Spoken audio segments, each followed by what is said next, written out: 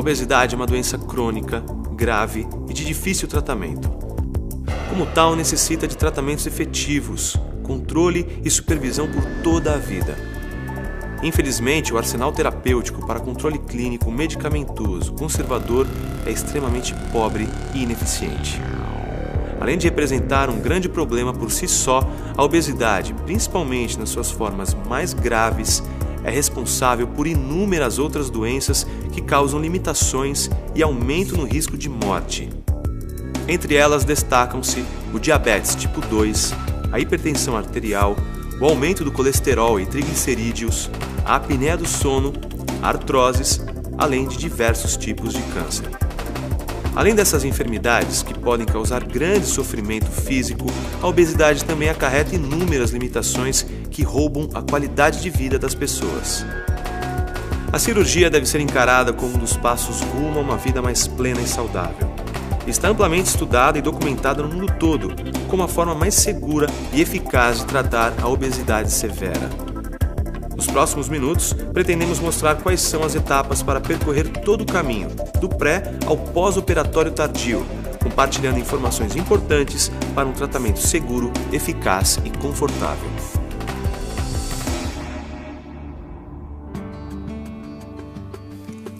Oi, tudo bem? A Sociedade Brasileira de Cirurgia Bariátrica e Metabólica quer ajudar você a compreender melhor a cirurgia, desfazer os mitos existentes sobre ela e auxiliar na sua tomada de decisão.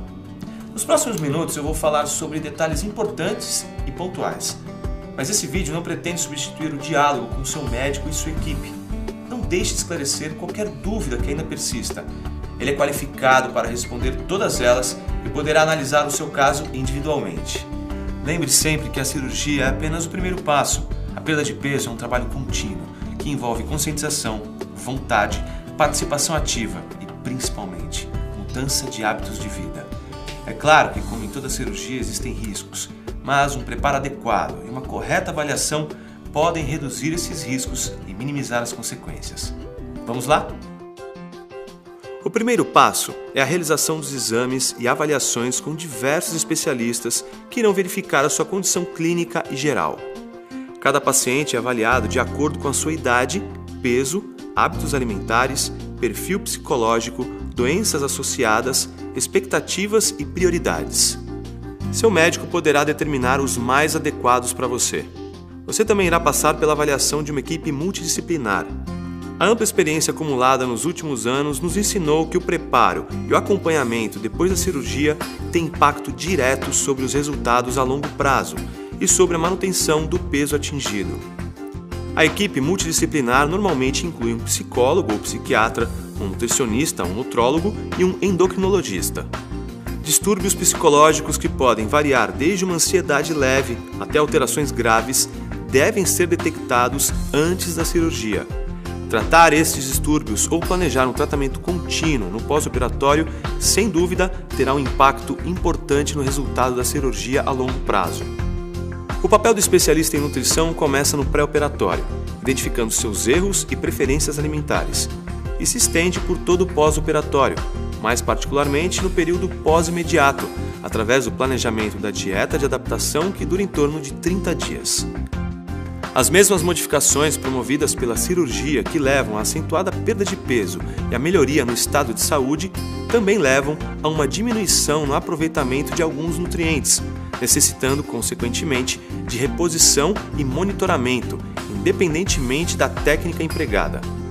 Esse acompanhamento é feito periodicamente com intervalos cada vez maiores, necessitando de exames eventuais para equilibrar a reposição vitamínica e mineral.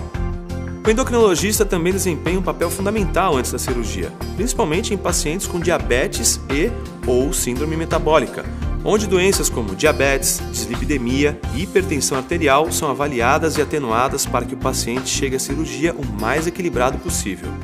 Após todo o preparo e avaliação, depois de receber todas as orientações e esclarecimentos sobre o procedimento escolhido, será necessário que você providencie a documentação para sua internação hospitalar. Se você tem algum plano de saúde, possivelmente será exigida uma perícia antes da liberação da cirurgia. Uma vez liberada a cirurgia, uma consulta com o anestesista é realizada para uma rechecagem dos exames, para avaliação dos riscos anestésicos e planejamento do procedimento. Outro profissional que irá cuidar de você é o fisioterapeuta, e seu cirurgião poderá solicitar um preparo especial com esse profissional até mesmo antes da cirurgia. Além da participação no pré-operatório, o fisioterapeuta irá prescrever e auxiliar na realização de exercícios respiratórios e de mobilidade, e também estimular e acompanhar as primeiras caminhadas. Exercícios adicionais serão prescritos também para você fazer em casa após a alta.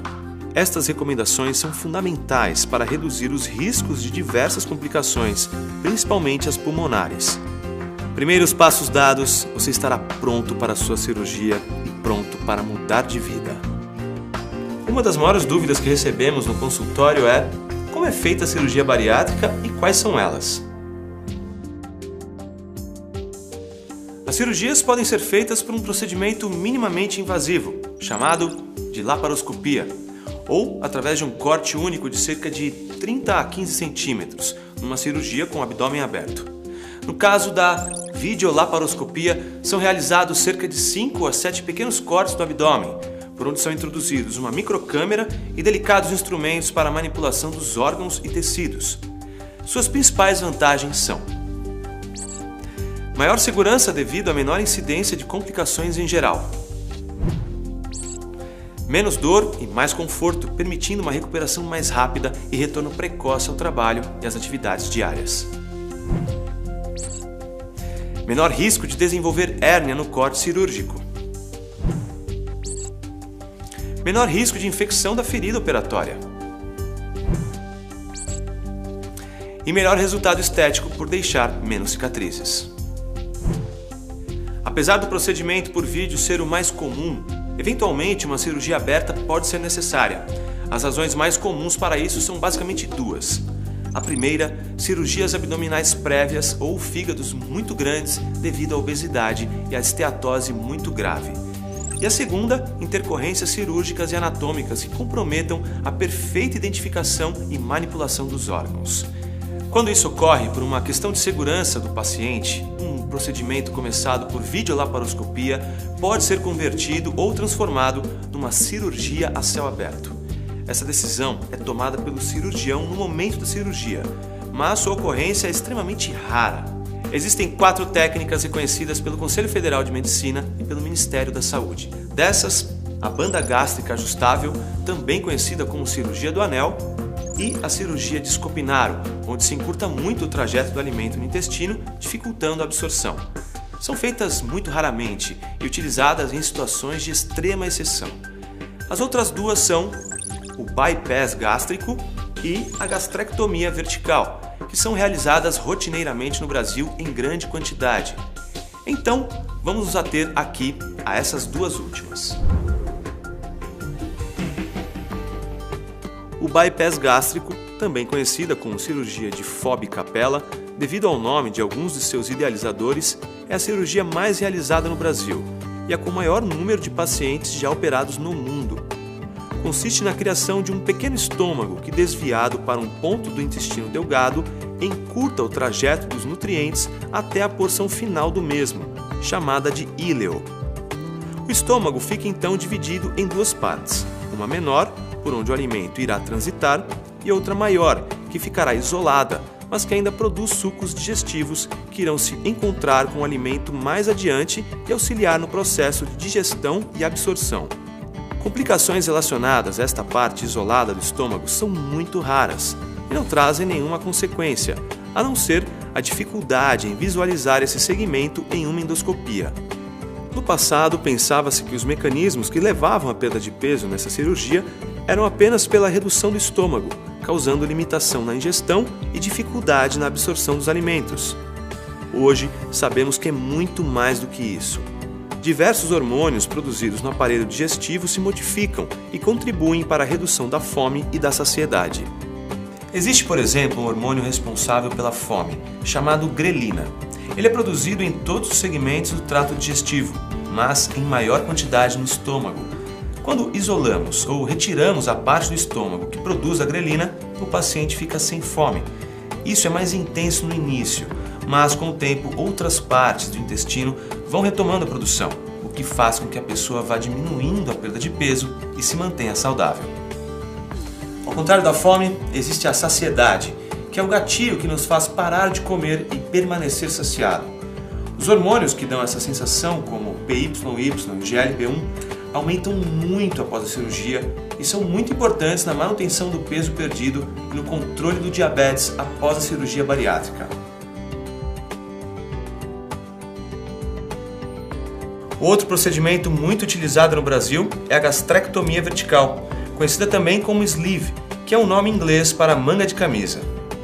Nessa técnica, é retirado cerca de 2/3 do estômago em seu eixo vertical, transformando em um tubo estreito por onde a comida vai passar.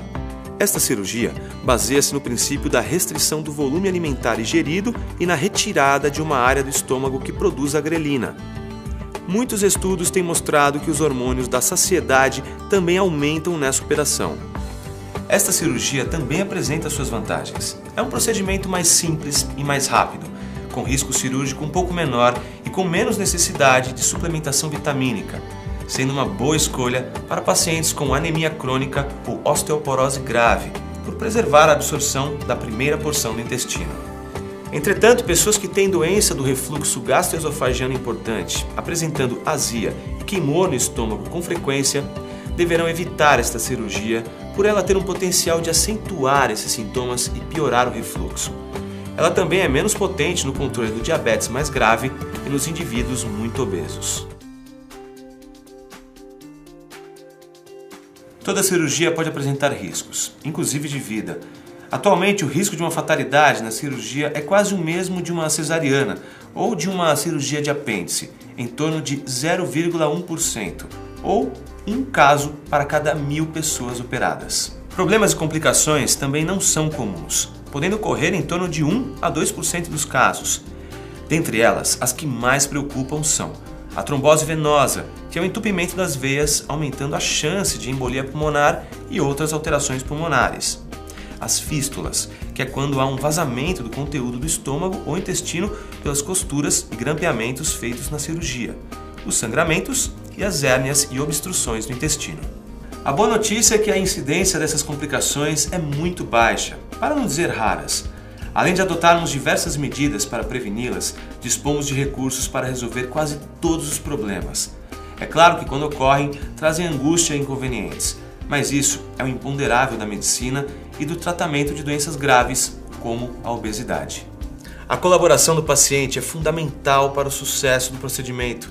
Fazer corretamente a fisioterapia, ficar ao máximo fora da cama, obedecer o jejum e a dieta prescrita ajuda a evitar várias complicações. Quando a cirurgia terminar, você acordará com o anestesista conversando com você. Assim que ele julgar possível, você irá para uma sala de recuperação anestésica e só será liberado para ir para o quarto quando preencher parâmetros de segurança pré-determinados. Como em qualquer cirurgia, o repouso por algumas horas vai ajudar seu corpo a eliminar os medicamentos anestésicos. Após esse tempo, é bom sentar-se na cama por alguns minutos para não ter o risco de sentir tontura ao se levantar. Posteriormente, você já poderá caminhar, ir ao banheiro e ficar sentado na poltrona do quarto. É importante não ficar o tempo todo na cama, ajudando a evitar complicações. Em alguns casos especiais, um dreno é deixado próximo à região das costuras, que deve funcionar como um sentinela para ver se tudo corre bem por lá. A decisão de deixar um dreno é do cirurgião e muitas vezes ocorre durante a cirurgia. Depois de uma semana, o dreno e seus pontos deverão ser retirados. Se você faz uso de medicamentos para hipertensão, diabetes, depressão ou para tratar qualquer outra doença, não deixe de falar com seu médico para que ele avalie e reprograme suas medicações. É comum pacientes hipertensos ou diabéticos melhorarem após a cirurgia ou até ficarem livres desses tratamentos. Logo após a cirurgia, você receberá medicamentos através do soro e de injeção subcutânea, que irão ajudar na recuperação e prevenir complicações. Mas dependendo da gravidade, isso pode demorar. Uma fisioterapeuta fará sessões de exercícios que te ajudarão em todo o processo para que a recuperação seja mais rápida. Após 2 ou 3 dias, você poderá ter alta e ir para casa. Uma vez em casa, o mais importante é seguir as orientações dadas pela equipe. Obedecer rigorosamente o volume e qualidade dos alimentos é essencial para seu pós-operatório ser tranquilo e evitar complicações. Obedeça a progressão prescrita de líquidos, pastosos e finalmente sólidos. Perigo: ingerir uma quantidade maior de líquido ou algo pastoso ou sólido neste período pode comprometer seriamente as costuras, levando a complicações graves. Quando chegar a hora dos sólidos, lembre que a mastigação é fundamental para a evolução da dieta. Mastigar bem e comer devagar evitará eventuais desconfortos. Depois de um mês da realização da cirurgia e da avaliação da nutricionista, você poderá evoluir a dieta verificando sua aceitação aos alimentos. A partir de agora começa a reeducação alimentar. Deixar de lado velhos hábitos e alimentos industrializados pode evitar que você volte a engordar. O plano alimentar foca no consumo de alimentos ricos em proteínas e carboidratos complexos. Carnes, ovos, leguminosas, frutas, verduras e legumes vão fazer parte dessa nova vida. Mais do que nunca, você precisa de muita qualidade no que ingere no seu dia a dia. Quando começar a emagrecer, seu organismo vai queimar também uma parte dos músculos, além da gordura. Então, aqui entra a atividade física para preservar sua massa magra e facilitar a eliminação da gordura, levando ao emagrecimento mais saudável. Com 30 dias da data da cirurgia, é hora de planejá-las. Este planejamento é muito importante para que não se lesione. Progredir de forma crescente e com orientação inicial do fisioterapeuta e depois do educador físico farão com que você atinja seus objetivos mais facilmente, além de criar bons hábitos. Nessa abordagem eu quis mostrar a você o passo a passo de uma cirurgia bariátrica, o antes, o durante e o depois do procedimento. Mas claro, toda a informação necessária você vai ter junto aos profissionais que darão apoio à sua decisão. O mais importante é pensar que a obesidade é uma doença grave e limitante e que a cirurgia é uma ferramenta que irá auxiliá-lo em uma grande guinada rumo a uma vida mais plena e saudável, com muito mais qualidade. Devemos lembrar sempre que grande parte do sucesso dependerá do quanto você irá aproveitar essas ferramentas e mudar seus hábitos de vida. Fazer revisões anuais com seu médico e com a equipe multidisciplinar, acompanhadas dos exames de rotina, manterão você no caminho certo ao longo de toda a sua vida. Procure, leia, se informe, pergunte e, principalmente, acredite que você pode e deve mudar sua vida. A Sociedade Brasileira de Cirurgia Bariátrica e Metabólica acredita que informação e respeito ao obeso é parte fundamental na contínua luta contra a doença da obesidade, contra o preconceito e a desinformação. Visite o nosso site e acompanhe as nossas mídias sociais. É parte da nossa missão, além de auxiliar nossos membros, levar o conhecimento médico de qualidade para toda a sociedade. Até a próxima!